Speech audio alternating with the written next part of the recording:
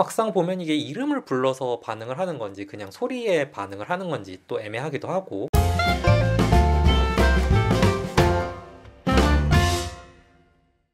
배꼽손 안녕하세요, 말랑닥터입니다. 좋아요, 구독, 많은 관심과 사랑 부탁드립니다.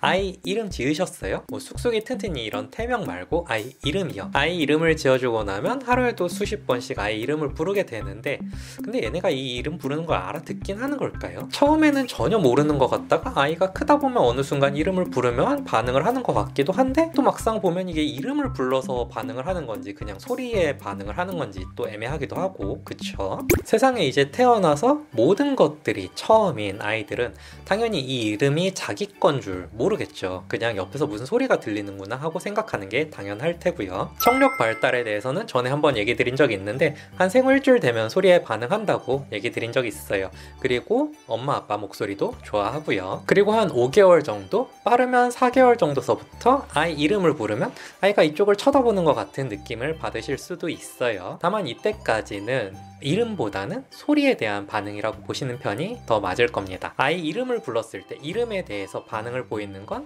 평균적으로 한 7개월 정도 나타난다고 보시면 돼요. 그때쯤 되면 이름을 부르면 반응을 보이죠. 비나! 이렇게 말이에요. 그리고 보통 늦어도 9개월까지는 이런 반응들이 나타납니다. 아이가 이렇게 이름에 대해서 인지한다는 거는 이제 나라는 존재를 하나의 존재로 스스로 인식하고 부모로부터 독립할 준비를 하고 있는 첫 단계라고 생각하시면 됩니다. 왜 이름을 불러주었을 때 나한테 와서 꽃이 되어서 하나의 존재가 된다고 하잖아요. 그리고 점점 더 자기 이름을 잘 인식하면서 12개월쯤 되면 이제 이름을 부르면 나한테 올 수도 있고요.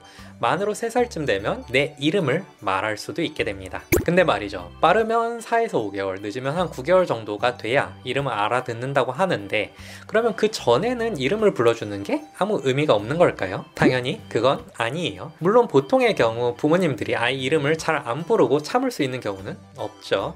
그리고 아이 이름을 이렇게 자주 불러줘야 이 아이가 이 단어, 이 이름이 나랑 관련된 거구나 라는 거를 점점 습득할 수가 있어요. 아이가 태어나서 한 번도 자기 이름으로 불린 적이 없다면 이 이름이 자기 거라는 걸 당연히 모르겠죠. 그래서 사랑을 가득 담아서 아이 이름을 불러주시면 좋아요. 야 김하윤, 지아 너, 이런 것보다는 하윤아, 지아야, 이런 것처럼 조금 더 따뜻한 말투나 다정한 표정, 이런 것들이 동반되면 좋습니다. 그래야 아이들이 더 편안하게 받아들여요. 그리고 이름 불러주면서 아이한테 말도 같이 걸어주세요. 하은아, 우리 기저귀 갈까? 이런 식으로 말이에요. 아이 이름 따로 있고, 엄마가 부르는 별명 따로 있고, 아빠가 부르는 별명 따로 있고, 이런 식으로 막 제각각으로 부르는 것보다는 당연히 하나의 이름으로 자주 불러주는 편이 좋습니다.